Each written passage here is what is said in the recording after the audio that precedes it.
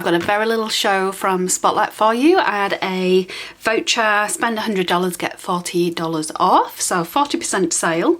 So I made the most and got a couple of sets of Copics. Now they did have a lot in stock, but these are the only sets that I could buy where I wouldn't have done a double up on some of the colours that I've already got. So pleased to get these, because then it only worked out about $6 per Copic, which is pretty good value here in Australia. So I'm glad to get these into my stash a little bit closer to getting my collection complete. The other thing I got was a couple of stamps. As you can see, if you saw my craft haul, I think it was last month or the month before, I got a few things from the Vikki Bhutan Fernwood collection. I'm determined not to get the papers because I need to stop my patterned paper collection from taking over the craft room. But this was super good value. It should have been $5 and it was reduced to $3.25. Now I did get the other set of stamps last time, which is why this time I purposely looked out and they still had this one in stock. So I thought this was pretty cute. I particularly love this little toadstool as well. So glad to get that in my stash. And the other thing I picked up, I've not seen this before, this is from Pebbles, still another American craft product, which I'm a big fan of. And look at this little guy. How adorable is he with these flowers? Little snail, a tortoise. I love the simplicity of these. I think they are going to look fantastic on a little card. Look at the little bow on the top of their head. Very, very cute indeed. And that was the same, it was like $3 I think. So glad to get those. And for those of you out there that have electronic die cutting machine, I thought I'd get this for my Cricut. So I hear a lot of good things about this brand, Siser, not sure how you pronounce it. They started stocking it into my local Spotlight. It's the first time I've purchased it. And I've been looking for some metallic iron-on. So this particular colour is silver blue. I'm going to take it out of its packing because I just wanted to see just how much of a blue colour it is, and yeah, it's pretty good. It's got that kind of dark shine to it that I really wanted to try and get, and you can just see a bit of an element of blue there as well.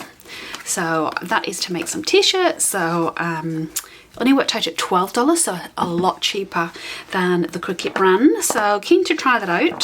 So I've not tried this brand before, and see if it's as good as everyone says. So that was a little haul. I ended up spending $60.76.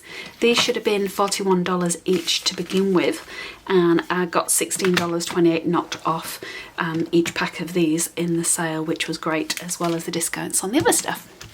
So that is the first thing I've got in May. So I'm going to show you the second parcel that I received in May. In case you can't guess, this is from scrapbook.com, because these products are exclusive to scrapbook.com, and this was actually ordered right at the beginning of April. I've been checking the tracking constantly because I've been waiting for this bumper pack to arrive, and it's just been stuck at Sydney, the state of Sydney, for about 3-4 weeks. And I've not had an update since then, but finally it has arrived, so I'm able to include it in my May haul. So let's talk about the pops of colour. If you're not familiar with these, I'll put a link to a different video that I've got, different ways to use pops of colour. I absolutely love these. I've got 13 so far, so these 6 are going to be added to my collection, and I absolutely love how versatile they are. They're completely different to Nuvo drops in the fact that they're not as stiff, so when you kind of tap the paper underneath, in fact let me show you. I'll show you with one that I've already got open. This is my favourite colour, by the way. This is Seafoam, and let me zoom in a little. So you can see it's a nice big bottle. You get your nice little bubble, and as soon as you flick it, it spreads so much better and easier than I personally think than the Nuvo drops do. And even the liquid pearls tend to have a little point at the end of it, so I love the fact that these are a little bit more pliable, a bit more flexible. I also love doing these on acetate because then you can make your own enamel dots with them, and they're just juicy, shiny. You can see these gorgeous colours, so you can do lots of things with these. So glad to get some more of these. These were on sale. The other thing that I got 6 of was these stickles. So I'll mention again that I've been collecting these, trying to build up my stash of these. Also wanted to build up some more of my oxides. I'm very close to finishing these. I've got all of the mini inks. I've not got all of the oxide inks. So I've got the Dusty Concord, as you can see. chipped sapphire, and then the bundle saged. And I didn't realise when I bought it just how good these would actually go together and complement the colours. So I might even try and do a blend with those, see how it looks. Speaking of distress inks, this was my main reason for purchasing these. When this colour pack came out, did not expect the parcel to take so long to arrive, so I thought I'd order them from scrapbook.com. They were on sale.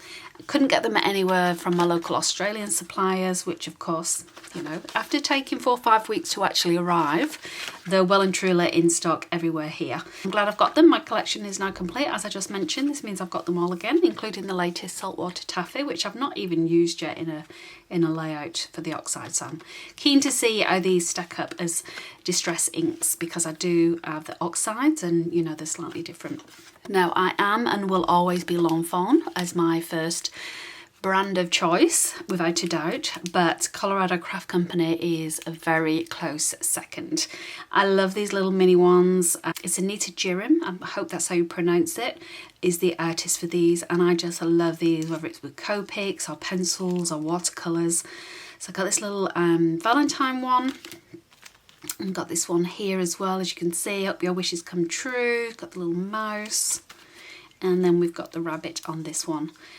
This one is so cute because it's, although it's got the American spelling on it, I love that fact that I can put this on a stamp to say I coloured it myself.